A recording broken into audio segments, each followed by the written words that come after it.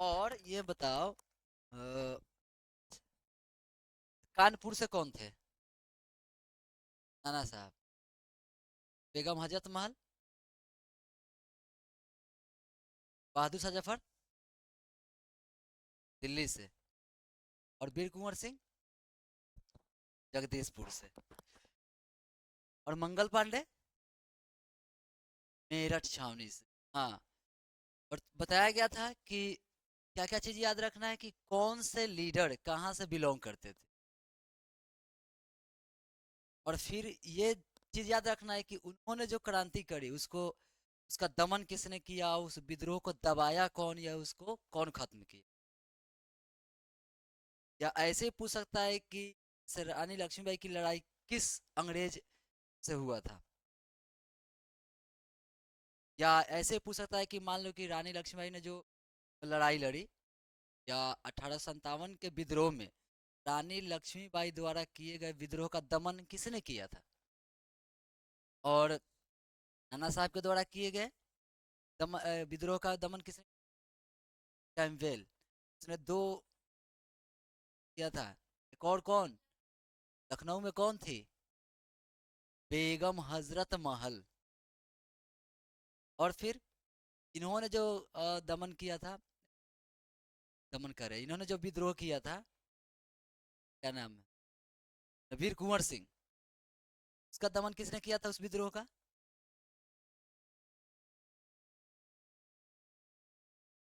और फिर नाना साहब का,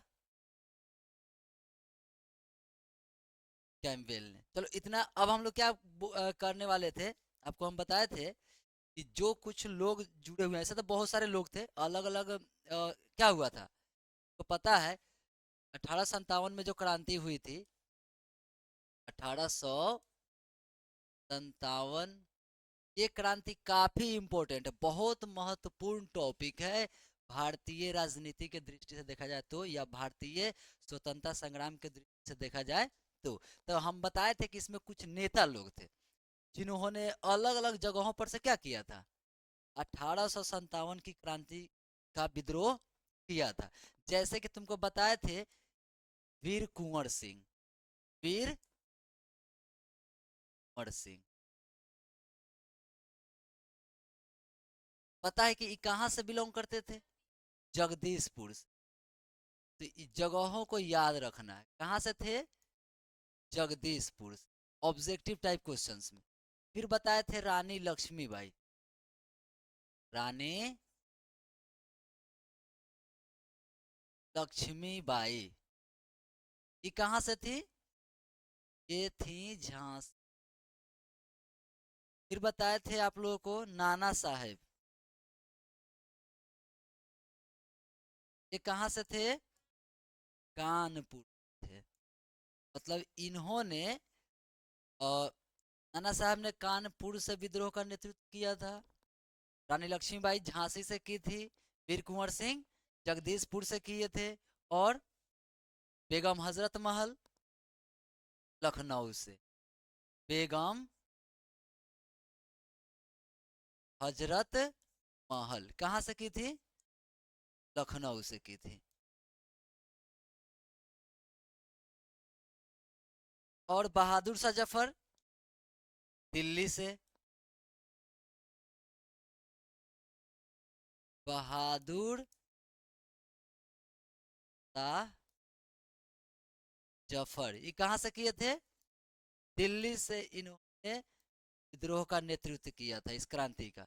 फिर सबसे मेन कौन थे, तो सबसे फर्स्ट में कौन आते हैं, आते हैं हमारे मंगल पांडे। ये कहाँ से थे, मेरठ छावनी। मेरठ ही याद रखिएगा, याद रहे, मेरठ। मेरठ। तो कम से कम इतना तो याद होना चाहिए। अब किसने क्या किया था, ये जो नाम बताया गया है ये मेन टॉपिक्स हैं। आप अगर आगे भी चल के, जैसे कि अभी 12 तक हाईएस्ट कितना नंबर का पूछता है, 5 नंबर का। और 5 नंबर, बाकी सब ऑब्जेक्टिव रहता है।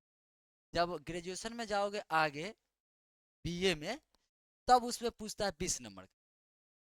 हाँ, 5 नंबर का भी पूछता है उसमें, और 20 नंबर का भी पूछता है। कहने का मतलब ये हुआ कि पहले जो पूछता था जिस हिसाब में कि 5 क्वेश्चन लिखना रहता था, कोई भी 100 नंबर का एग्जाम जो होता था, 5 क्वेश्चन को लिखना रहता था। क्वेश्चन में कितना मिलता था? 20 नंबर, 20 बचे 100 हो गया। 10 क्वेश्चन मिलता था, कौन 5 को लिखना रहता। लेकिन अब तो ऑब्जेक्टिव सिस्टम आ गया है, अब बहुत सारी चीज़ों में से पूछता है। तो अब क्या करना है ऐसे भी कि ऑब्जेक्टिव पॉइंट ऑफ व्यू से तो पढ़ना ही पढ़ना है। बाकी मैं कह रहा हूँ कि 1857 की जो क्रांति है, आप इन लोगों के बारे में पढ़ लोगे, ये बस केवल 6 आदमी मेन लोग थे। और यहाँ तक भी अगर केवल 4 आदमी के बारे में भी तुम पढ़ लेते हो, मंगल पांडे, बहादुर शाह जफर, और इधर त्रिकुंवर सिंह, रानी लक्ष्मीबाई, और इनके बारे में भी तुम पढ़ ले तो भी कितना हूँ नंबर का हो, आप 50 पेज लिख सकते हो। तो स्टोरी टाइप में पढ़ना ना, याद हो जाएगा पूरी। क्या बाकी सब लोग पढ़ना, समझ लो कि ये 6 लोग मेन मुद्दे थे, और ये 6 जो है मेन केंद्र थे। ये क्या थे? केंद्र था। किसका केंद्र था? 1857 की क्रांति के प्रमुख केंद्र थे। केंद्र ही नहीं थे, क्या थे? प्रमुख केंद्र थे। मतलब हर जगह अलग अलग लड़ाइयाँ हो रही थी, मेरठ में, उधर लखनऊ में, दिल्ली में, कानपुर में, झांसी में, जयपुर में, और सब एक ही समय में। कब? 1857 में ही हुआ था, जगह जगह पे हो रहा था। तो अब हम लोग क्या करेंगे, एक एक लोगों के बारे में पढ़ेंगे। चलिए हम लोग क्या करते हैं, पढ़ते हैं। और सबसे पहले जो भी नाम आएगा सब बारे में बनाया गया है, डिटेल में पढ़ना है और समझना है उन बातों को। इतना तो याद हो गया होगा। फिर एक और चीज दिए थे, इसके क्रांति का दमन किसने किया था। तो ये कब आ जाएगा, ऐसे तो ऑब्जेक्टिव में आपको याद रखबे करना है। तो बताइए, कुंवर सिंह की लड़ाई किस अंग्रेज अधिकारी से हुई थी? विलियम टेलर से। और रानी लक्ष्मीबाई का? फिरोज से। नाना साहेब का? बेगम हजरत महल का? दोनों का कैंपबेल। कानपुर और लखनऊ, याद रखिएगा। कारण क्या है ना कि ये दोनों तब अगल बगल में ही है, यूपी के ही जगह है, बिलोंग करते हैं, उत्तर प्रदेश। बहादुर शाह जफर का? मंगल पांडे का? इनका तो दिया नहीं है।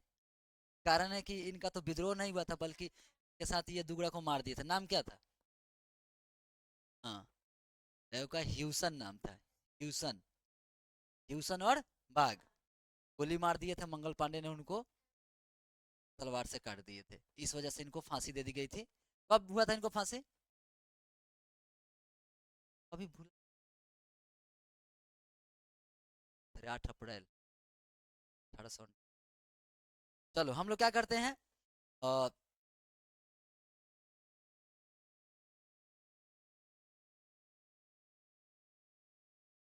अब एक एक लोगों के बारे में डिटेल में पढ़।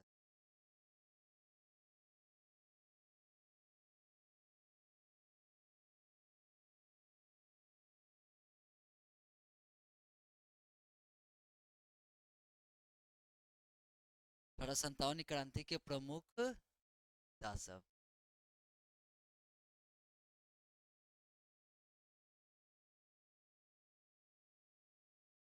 वीर कुंवर सिंह। सबसे पहले किन के बारे में पढ़ना है हम लोग को? कुंवर सिंह के बारे में पढ़ना है। ये पहला जो दिया है क्या? जन्म है। और ये क्या है? का डेथ है। खाली इसको लिख लो, सबको लिखो। वीर कुंवर सिंह,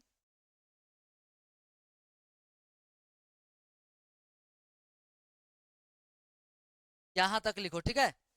यहाँ से लेकर यहाँ तक लिखो, क्योंकि ये ऑब्जेक्टिव व्यू से याद होना ही चाहिए। तो लेकर यहाँ तक लिखो।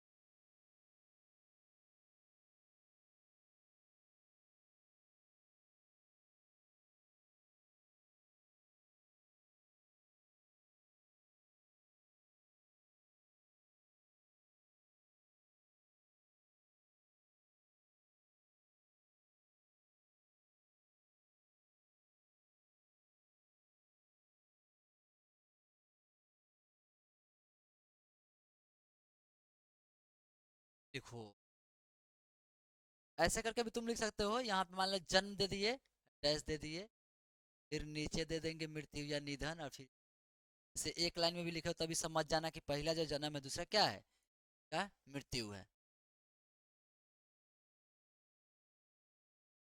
और यहाँ तक लिखो,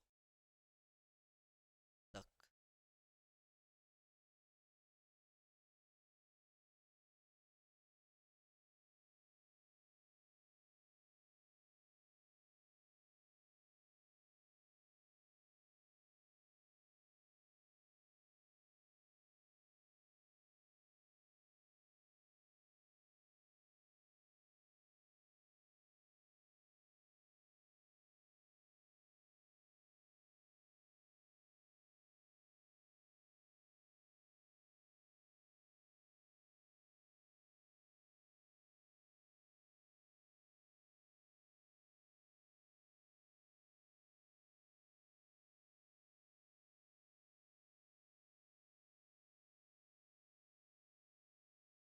सन 1857 के प्रथम भारतीय स्वतंत्रता संग्राम सिपाही और महानायक थे। वे बिहार के भोजपुर जिले के जगदीशपुर शाही जैनिया पवार राजपूत परिवार से थे। आपको याद रखना है कि कहाँ के थे, तो बिहार, बिहार में कहाँ थे, तो भोजपुर, अब भोजपुर में कहाँ पर थे, जगदीशपुर से थे।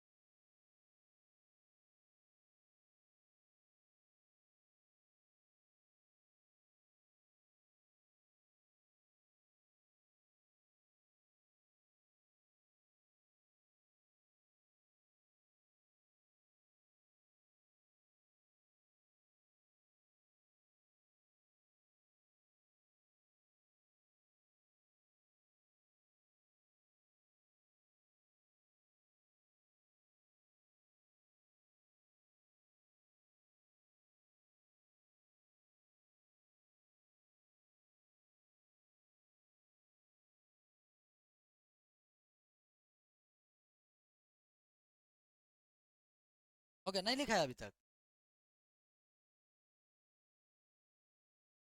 याद रहेगा ना। कहाँ से थे, जगदीशपुर से। जिला कौन सा, भोजपुर, और कौन सा राज्य, बिहार के थे। इतना याद रखना है। कौन, वीर कुंवर सिंह। बाकी तो ये याद रखना ही रखना है, जन्म कब हुआ था, 13 नवंबर 1777 को, और इनका डेथ कब हुआ था, 26 अप्रैल 1858 को। याद रखना। अभी इनके बारे में हम लोग डिटेल में पढ़ते हैं, आगे क्या कहता है के बारे में बता रहा है। अनान्य विरोधी, मतलब अन्य दूसरे जो लोग थे, विरोधी स्वतंत्रता प्रेमी बाबू कुंवर सिंह कुशल सेना नायक थे। इनको 80 वर्ष की उम्र में भी लड़ने तथा विजय हासिल करके जाना जाता है।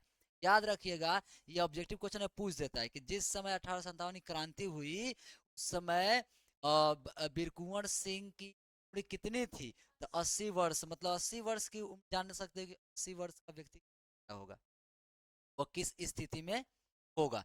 उस स्थिति में भी उन्होंने 1857 की क्रांति का क्या किया था, विद्रोह किया था, उसका नेतृत्व किया था। और काफी हद तक, मतलब बहुत सारे लोग सफल भी रहे थे, बहुत सारी सफलताएं भी मिली, लेकिन अच्छा, मतलब कि एक अच्छी प्लानिंग नहीं होने के कारण हमें उस समय आजादी नहीं मिल पाई थी। ठीक है, तो 80 वर्ष की उम्र में कौन लड़े थे, वीर कुंवर सिंह। इस क्रांति का मुख्य कारण क्या था, क्योंकि पूरे क्रांति की बात नहीं कर रहा है, पूरे, हालांकि पूरे क्रांति की भी बात हो सकती है। कहने का मतलब है कि जो 1857 की जो क्रांति हुई, सबको मालूम है कि क्या कारण था, काहे ला हुआ, तो सबको पता है कि सरकार क्या कर रहा था। जो ब्रिटिश सरकार थी, जो अंग्रेज सरकार थी, क्या कर रहे थे, वह शोषण कर रहा था लोगों का। ठीक है। उसके बाद सैन्य असंतोष था। सैन्य मतलब जो भी सिपाही वगैरह थे, आपको पता ना, जब मंगल पांडे ने जो विद्रोह किया, तो वही ना थे कि जो सिपाही विद्रोही थे, आपको पता है कि जो सिपाही लोग थे, उसमें जितने भी सिपाही थे, 2-2.5 लाख सिपाही जो थे, उसमें केवल 40-45 हजार अंग्रेज सिपाही थे, बाकी सबके क्या थे, भारतीय थे। और कारण क्या था, अंग्रेज बहुत चालाक थे, उनको पता है कि हमारी लड़ाई भारतीयों से है ना, भारत के लोग ही तो विरोध करेगा।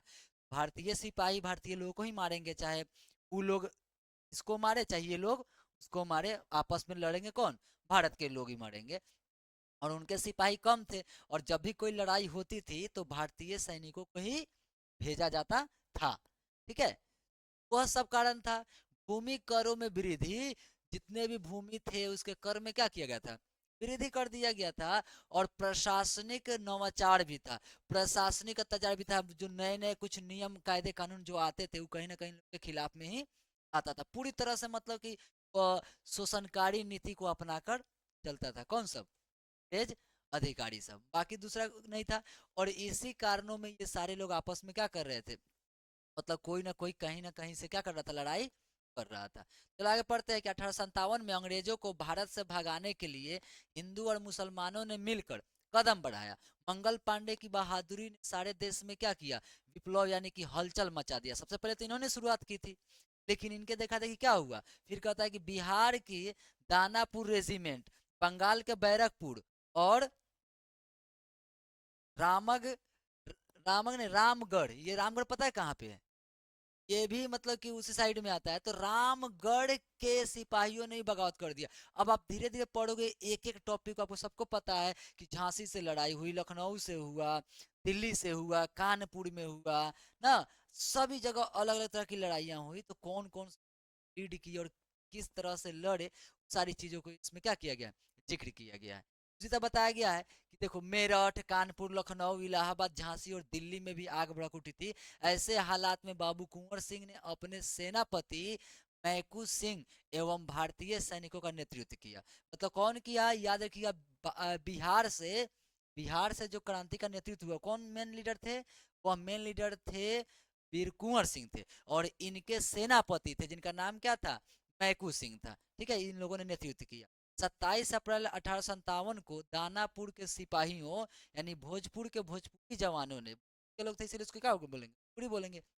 जैसे बिहार का बिहारी, भोजपुरी का क्या होगा, भोजपुरी। उन्होंने जवानों और अन्य साथियों के साथ आरा नगर पर बाबू बीर कब्जा कर लिया। सबसे पहले क्या कब किए, याद रखिएगा, ये जब लड़ाई लड़े, सबसे पहले मतलब अंग्रेजों से लड़े या जो भी सिपाही थे उसको हरा के, और 27 अप्रैल 1857 को किस जिले पर कब्जा किया, तो आरा जिले पे कब्जा किया, जो कि बहुत फेमस है, पता है ना, पवन सिंह का घर है आरा जिला, वही बहुत फेमस जगह है। तो यहाँ पर इन्होंने क्या किया था, वीर कुंवर सिंह ने कब्जा कर लिया था। फिर आगे क्या कहता है, अंग्रेजों की लाख कोशिशों के बाद भी भोजपुर लंबे समय तक स्वतंत्र रहा। क्योंकि अंग्रेजों का क्या प्लान था कि पूरे भारत पर अपना कब्जा हो, लेकिन उनके लाख कोशिशों के बावजूद भी क्या था, भोजपुर बहुत लंबे समय तक क्या रहा, आजाद रहा। वो कब्जे में अंग्रेजों के जल्दी नहीं आया। जब अंग्रेजी फौज ने आरा पर हमला करने की कोशिश की, तो बीबीगंज बीबीगंज और बिहिया के जंगलों में घमासान लड़ाई हुई। क्योंकि आपको पता है ये लोग गोरिल्ला युद्ध की तरह लड़ते थे। गोरिल्ला जानते हैं क्या होता है, छुप कर युद्ध। मतलब ये लोग ज्यादातर, चूंकि उस समय उतना घर उड़ शहर थोड़ी बना था, उस समय तो लोग ज्यादातर कहाँ रहते थे, जंगल में ही रहते थे। तो ये लोग जंगलों से ही ज्यादा लड़ाइयाँ लड़ते थे। बहादुर स्वतंत्रता सेनानी जगदीशपुर ओर बढ़ गए। बहादुर का मतलब कौन, वही वीर कुंवर सिंह।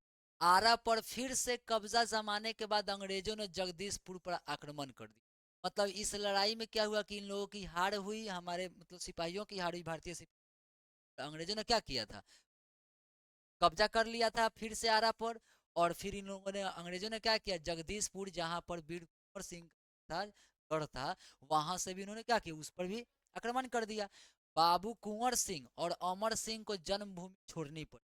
मतलब कहीं ना कहीं ये लोग मतलब कमजोर पड़ गए, इनके पास उतना सैन्य शक्ति नहीं था, इनके पास उतने बड़ी बंदूक नहीं था।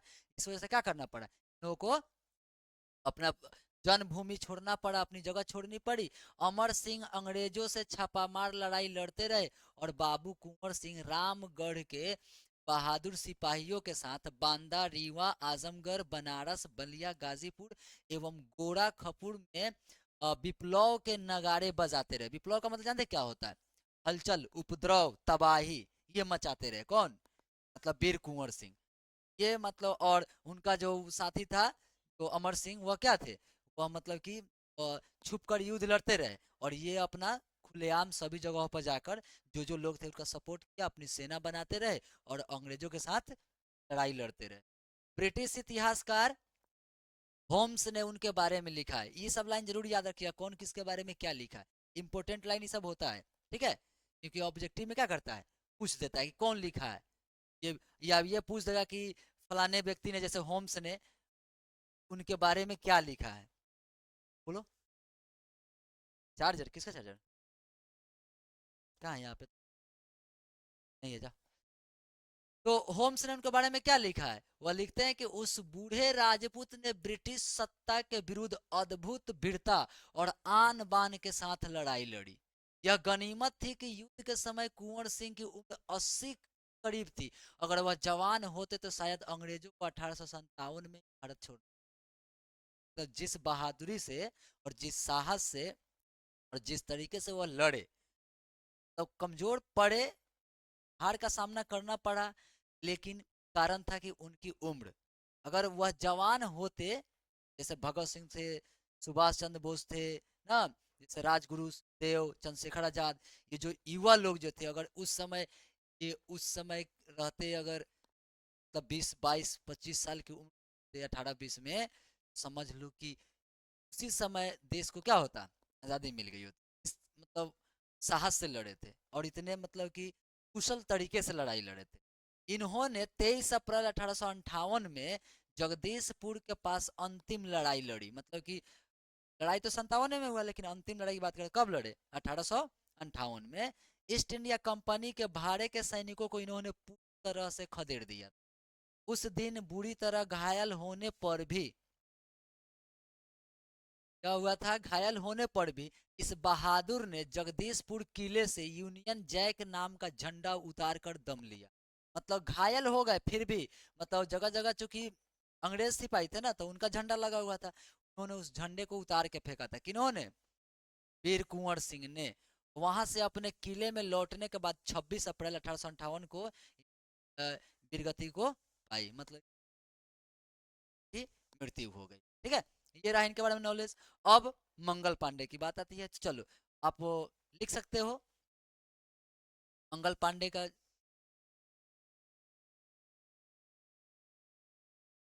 तो यहाँ तक लिखो, जन्म लिखो, फांसी कब हुआ था या मृत्यु भी लिख सकते हो। और मंगल पांडे का जन्म नगवा नामक गांव में हुआ था, जो बलिया जिले के ऊपरी हिस्से में स्थित है, जो कि अब उत्तर प्रदेश में।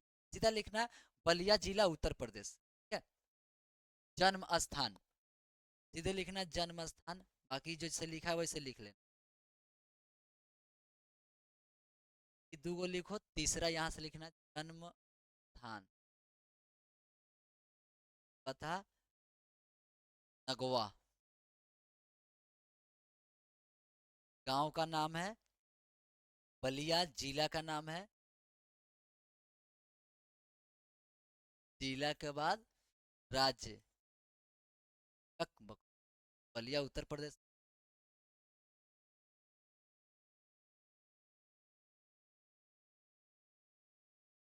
जी के पास त्रिनेत्र है, तीसरी आंख है, तेरे पास तीसरी कान है का?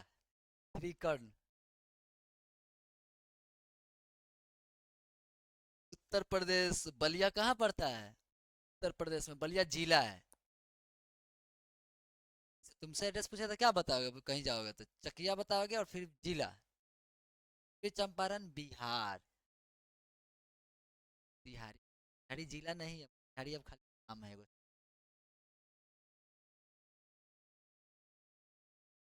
फिर चंपारण, एड्रेस में मोतिहारी कहीं लिखल है? ये तो फिर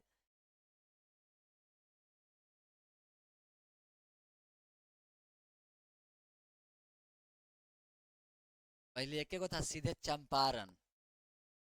वो बंट गया, पूर्वी चंपारण और पश्चिमी चंपारण। पश्चिमी चंपारण बन गया बेतिया, चंपारण क्या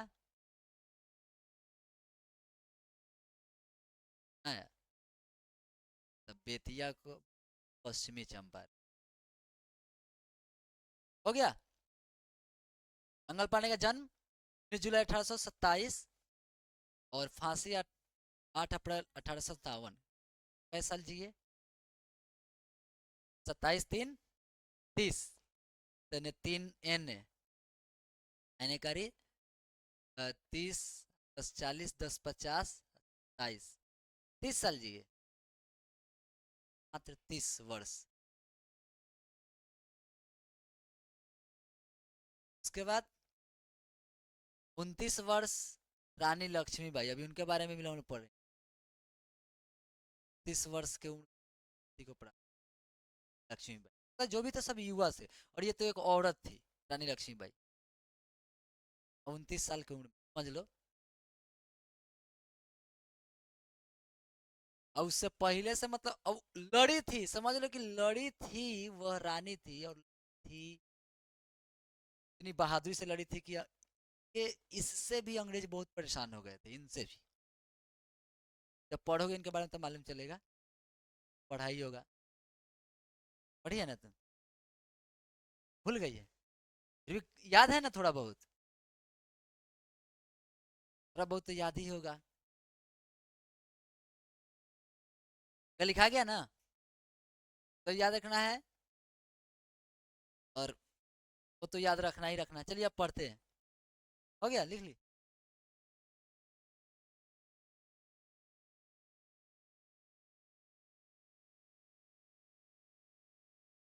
ये तो है उत्तर प्रदेश में एक हिंदू ब्राह्मण परिवार में हुआ था।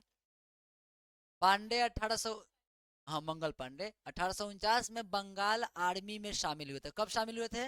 1849 में। मार्च 1857 में वह 34वीं बंगाल नेटिव इन्फेंट्री 5वीं कंपनी में एक सैनिक या सिपाही। ई का बैच नंबर होता है, जैसे कैसे पढ़ाई कर रहे हो तो कौन से क्लास में, तो 12th में, जैसे स्कूल में सेक्शन उक्शन होता है, जैसे जो सिपाही भर्ती होता है ना, तो उन लोग का ही बटालियन का सेक्शन, कौन से बटालियन में थे, अलग अलग होता है ना। अब जैसे कहेंगे इंडिया में आर्मी है, तो पूरे इंडिया में तो एक ही जगह थोड़ी है, तो अलग अलग ग्रुप है ना, अलग अलग टीम होगा, तो हर मान लो टीम का नाम है, समझ लिए, टीम का नाम है, तो ये भी ऑब्जेक्टिव में पूछे, इसमें थे 34वीं नेटिव इन्फेंट्री में थे, ठीक है, ये उनके टीम का नाम है, जिस टीम में वह सिपाही थे, कौन? मंगल पांडे। और शामिल कब हुए थे? 1849 में, माने कि सिपाही का ज्वाइनिंग कब लिए थे? 1849 में हुए थे। कहते हैं फरवरी 1857 में 19वीं BNI में एनफील्ड P53 राइफल आने के कारण तनाव व्याप्त हो गया था, पता है ना, राइफल वाली जो बात आई थी जिसमें लगा था कि चर्बी वाली बात है, उस राइफल का क्या नाम था? एनफील्ड, ठीक है, इनफील्ड P53 आने कारण तनाव व्याप्त हो गया था। यह अफवाह फैली कि इस राइफल के कारतूसों में गाय और सूअर की चर्बी लगी हुई है, जिससे हिंदू और मुसलमान दोनों ही बहुत नाराज हुए।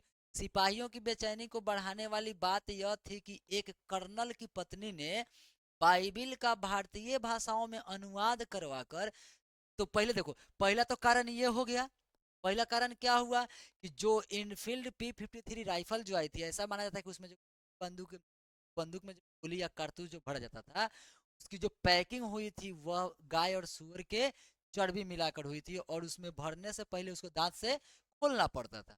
इसलिए अब चूंकि गाय की चर्बी, तो गाय हिंदू के लिए समझो कि एक पवित्र चीज है ना, उसकी पूजा पाठ करते हैं। और सुअर जो है मुसलमानों के लिए हराम है, कहीं ना कहीं वो उसको मुंह से लगाएगा तो उसका जो है धन भ्रष्ट हो जाएगा, तो दोनों को भ्रष्ट करने का काम किएगा तो अंग्रेजों के द्वारा, तो एगो ई कारण बना। दूसरा कारण क्या बना, आगे देखो, आगे क्या बना कि कहता है कि एक कर्नल की पत्नी ने बाइबिल, बाइबिल जानते हो जैसे हिंदू धर्म में गीता महाभारत है, रामायण है, महाभारत है, गीता है, उसी तरह मुसलमानों में भी कुरान है, उसी तरह ईसाई धर्म में भी, चूंकि अंग्रेज सब कौन से जात से? ईसाई थे, क्रिश्चियन थे, तो ईसाई धर्म में किसको इंपोर्टेंस दिया गया है? बाइबल को दिया गया है। तो उसने क्या किया, भारतीय भाषाओं में अनुवाद करवाकर सिपाहियों में वितरित करवा दिया था, सिपाही सब बाइबल पढ़ेंगे। इससे उनके मन में यह संदेह और प्रबल हो गया कि उन्हें जबरन ईसाई बनाया जा रहा है, मतलब उनका धर्म परिवर्तन किया जा रहा है। तो ये भी कारण बना कि हम लोगों के साथ क्या हो रहा है। और सिपाहियों के साथ और भी तरह के अन्याय होते थे, पढ़े थे ना, क्या पढ़े थे, जो अंग्रेज सिपाही थे का वेतन अलग था, उनको ज्यादा वेतन मिलता था, जो भारतीय सिपाही थे उनको कम वेतन मिलता था। जो अंग्रेज सिपाही थे उनके लिए विशेष फैसिलिटीज थे, जबकि भारतीय सिपाही के लिए विशेष फैसिलिटीज नहीं था। विशेषताएं उनके लिए मतलब रख रखाव खान पीन का व्यवस्था अच्छा नहीं था, उनके साथ उस समय भेदभाव किया जाता था। और ऊपर से ये सब कांड हुआ, तो कारण दिमाग में सोचना, टॉपिक सोचना है। टॉपिक क्या क्या सोचना है, मान लो कि अपने मन से, जरूरी नहीं कि किताब का लाइन चाहे जो हम पढ़ा है जो हम लिखो आप एग्जाम में वही लिखो। वहां भी लिखा रहता है कि विद्यार्थी यथासंभव अपने शब्दों में उत्तर दे। क्या लिखा रहता है एग्जाम में, पेज लिखिएगा, क्वेश्चन मिलेगा तो उस पर लिखा रहता है परीक्षार्थी यथासंभव अपने शब्दों में ही क्या करे, उत्तर दे। का मतलब क्या हुआ, आपको जो याद है खुद से लिखने की कोशिश की, ना किताब का भाषा ना किसी टीचर का भाषा, कहीं कभी। अब जो ही पढ़ाई उससे मतलब नहीं है, पढ़ाने का मतलब ये है कि आप कितना कॉन्सेप्ट याद कर पाए। तो अगर आपको पॉइंट कुछ नहीं मिलता, जरूरी नहीं कि यही पॉइंट जो हम बता रहे वही होगा। अगर आपको याद हो तो आप पॉइंट बनाओगे, जब पॉइंट मेन चीज है याद रहना चाहिए। आर्ट्स में बहुत लिखना पड़ता है, पॉइंट से याद रहेगा तो तुम आराम से डील भी कर सकते हो। तो मंगल पांडे की बात है तो वहां पे क्रांति का पहला कारण क्या बना, राइफल P53 एनफील्ड राइफल। अब उसको डील करना है, मान लो पॉइंट बना दिए, राइफल इनफील्ड P53 का आगमन, जैसे अपना मन से, और उसमें डैश देंगे और उसको डील करना कर देंगे। तो आगमन का क्या ये प्रभाव पड़ा, तो P53 राइफल के आने से क्या हुआ कि ऐसा अफवाह था कि उसमें सुअर और गाय की चर्बी मिला दी गई है, और चूंकि उसको हिंदू और मुस्लिम दोनों नहीं छू सकते थे, और बाकी चीजें तो आप जानते ही हो, आप कितना लंबड़ा के लिख सकते हो, लिख सकते हो, आर्ट्स के स्टूडेंट हो। तो आर्ट्स का मतलब होता है कला, आर्ट माने क्या होता है, कला होता है, तो लिखने की कला होनी चाहिए, ठीक है, कला होनी चाहिए, लिखने की कला आदमी के अंदर क्या होनी चाहिए, आर्ट्स के स्टूडेंट तो होना चाहिए। और उसके बाद क्या हुआ कि दूसरा एक ये आप बना सकते हो कि भारतीय सिपाहियों के साथ भेदभाव, ये तुम पॉइंट बना सकते हो। तो कैसा भेदभाव होता था, तब वेतन में भेदभाव होता था, रख रखाव में, खान पान में, मतलब किसी भी तरह के विशेषताएं, जो विशेषताएं जो है, जो मतलब कि व्यवस्था अंग्रेज सिपाहियों को मिलता था वो व्यवस्था भारतीय सिपाहियों को नहीं मिलता था।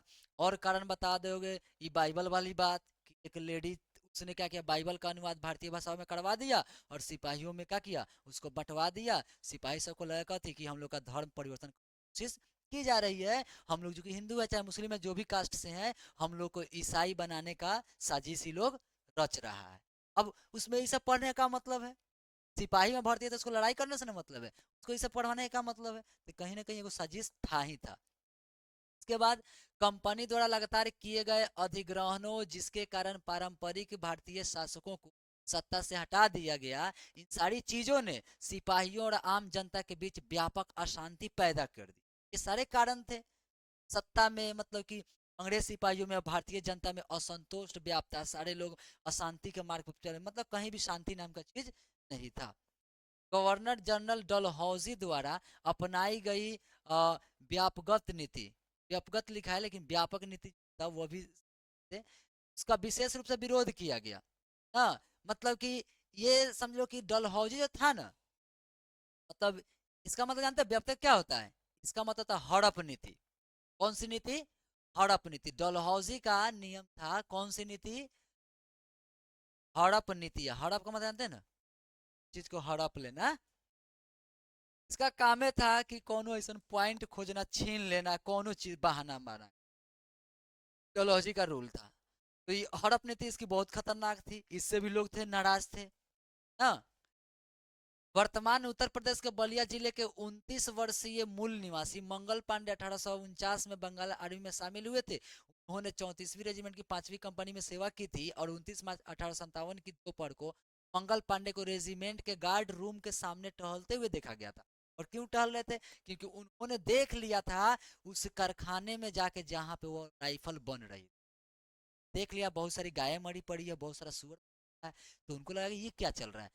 जब देखा अंदर जाके तो उनको देखे कि उसमें गाय और सूअर की चर्बी कारतूस में मिलाया जा रहा है, ताकि मतलब कि ऐसा माना जाता है कि वह आप किसी भी चीज पर, जैसे कोई लोहे का ही सामान हो, बंदूक का गोली लोहे का ही तो होगा ना, और लोहे को खुला छोड़ देगा तो जंग लग जाएगा, और उसको उस पर तेल उल लगा दो तो उस पर जंग लगता है, नहीं लगता जल्दी। ऐसे भी जंग छुड़ाने के लिए क्या करते हैं हम लोग, उस पर तेल लगाते हैं। देखते हैं पुराना ताला कभी नहीं खुलता है तो हम लोग क्या करते हैं, उसमें तेल डालते हैं ताकि उसका जंग समाप्त हो जाए। तो कहने का मतलब कहीं ना कहीं वो भी एक तैलीय चीज होता है ना, वसा युक्त होता है, तो उस सबको आइडिया आया होगा कहीं, चर्बी वसा युक्त होता है, उसको लगा देंगे तो जल्दी खराब नहीं होगा, बारिश उरिश में जंग नहीं लगेगा, तो इस सब बना रहा था उस समय। लेकिन यहाँ तो बातें अलग था कि बात तो हिंदू मुसलमान वाली थी कि यहाँ धार्मिक चीज से खिलवाड़ कर रहा था, तो ये सब कारण बना। तो टहलते हुए देखा क्या कि वह बहुत उत्तेजित दिख रहा था, कौन, मंगल पांडे। और फिर क्या हुआ, अपने साथियों को आवाज लगा रहा था और धमकी दे रहा था कि जो यूरोपीय उस दिन उसके सामने आएगा उसे गोली मार देगा। मंगल पांडे मतलब दहाड़ दहाड़ के घूम रहे थे, मतलब क्यों घूम रहे थे, जाति से तो वो ब्राह्मण थे, और उसके अलावा कि उनके साथ हो गया था धार्मिक छेड़छाड़, वो बंदूक से गोली खोले होंगे, उसमें गाय की चर्बी थी, और ब्राह्मण लोग की तो गाय और भी पवित्र चीज है, पूजा पाठ करते हैं उसकी। अब उसी में इतना गुस्सा आ गया था, लाल पीले हो गए थे, घूम रहे थे बगल में। हाँ, कोई भी अगर आज दिखाई दिए यूरोपीय, मतलब वही ब्रिटिश वाले, यूरोप से ही आए थे ना वो लोग, यूरोप महादेश में पड़ता है इंग्लैंड, कोई भी अगर आज दिखाई दिया तो उसको क्या करेंगे, गोली मार देंगे। उसने अन्य सैनिकों से चिल्लाकर कहा, बाहर आओ, यूरोपीय लोग यहाँ हैं। और कोई सैनिक कहा कि इधर है, इन कारतूसों को खाने से हम काफिर बन जाएंगे। कहा है कि भाई ये जो कारतूस है जिसको हम दांत से लगाएंगे तो हम लोग क्या बन जाएंगे, काफिर बन जाएंगे। कहने का मतलब कि कहीं ना कहीं हम इसके गुनहगार बन जाएंगे, ये कहने का सेंस है। आगे कहने का मतलब ये है कि सार्जेंट मेजर जेम्स ह्यूसन, ये पूरा नाम था, जिसको मेन नाम यही जानते हैं ह्यूसन के नाम से, इतना नाम रखने की आवश्यकता नहीं है, ह्यूसन। आप मेजर ह्यूसन भी याद रख सकते हो, ठीक है, क्योंकि मेजर वर्ड जनरल वर्ड तो ज्यादातर लगा रहता है। तब मेजर ह्यूसन को जब पांडे के व्यवहार के बारे में पता चला तो उन्होंने भारतीय अधिकारी जमादार ईश्वरी प्रसाद को पांडे को गिरफ्तार करने का आदेश दिए। यह नाम याद रखिएगा, ईश्वरी प्रसाद। सबसे पहले अंग्रेज अधिकारी कौन, जेम्स ह्यूसन। इसने क्या किया, मेजर जेम्स ह्यूसन, इसने क्या किया, ईश्वरी प्रसाद को मतलब कि आदेश दिया कि जाओ मंगल पांडे को गिरफ्तार करो, उपद्रवी हो गया है वो जो है, अब मतलब उपद्रव कर रहा है ना। तो प्रसाद ने यह कहते हुए, मैंने ईश्वरी प्रसाद ने यह कहते हुए इनकार कर दिया कि वह अकेले पांडे को गिरफ्तार नहीं कर सकते, क्योंकि सब साथी था तो पता था उसकी ताकत, अकेले जाएंगे तो पकड़ाएगा नहीं ना। जब सार्जेंट मेजर के सहायक लेफ्टिनेंट हेनरी बाग, अब उनका सहायक था, याद रखिए दोनों, ह्यूसन और उनका लेफ्टिनेंट कौन था, हेनरी बाग, घटना स्थल पर पहुंचे तो पांडे ने उन पर गोली चला दी, गोली चला दिया सीधे। हाँ, इस घटना को अक्सर 1857 के विद्रोह के दौरान एक अंग्रेज पर चलाई गई पहली बंदूक के रूप में संदर्भित किया। तो कहा जाता है कि ऐसा पहला व्यक्ति थे जो किसी अंग्रेज पर गोली चलाया था, पहली बार भारत के पूरे इतिहास में। किसने चलाया था, मंगल पांडे ने 1857 में। और किस पे चलाया था, तो ह्यूसन पे चलाया था, और वहां पे बाघ भी था, ये लोग पे भी चलाया था उन्होंने गोली, ठीक है। हालांकि पांडे की गोली लेफ्टिनेंट से चूक गई, मतलब बाघ के ऊपर चलाया था लेकिन उस तरह से क्या हो गई, चूक गई, और उनके घोड़े पर जा लगी। पांडे जब बाघ से झगड़ रहे थे तभी ह्यूसन ने उन पर हमला कर दिया और उन्हें जमीन पर गिरा दिया। लेकिन आपको पता है फिर पांडे जो है मंगल पांडे तलवार निकाल कर और ह्यूसन को काट दिया था, ठीक है।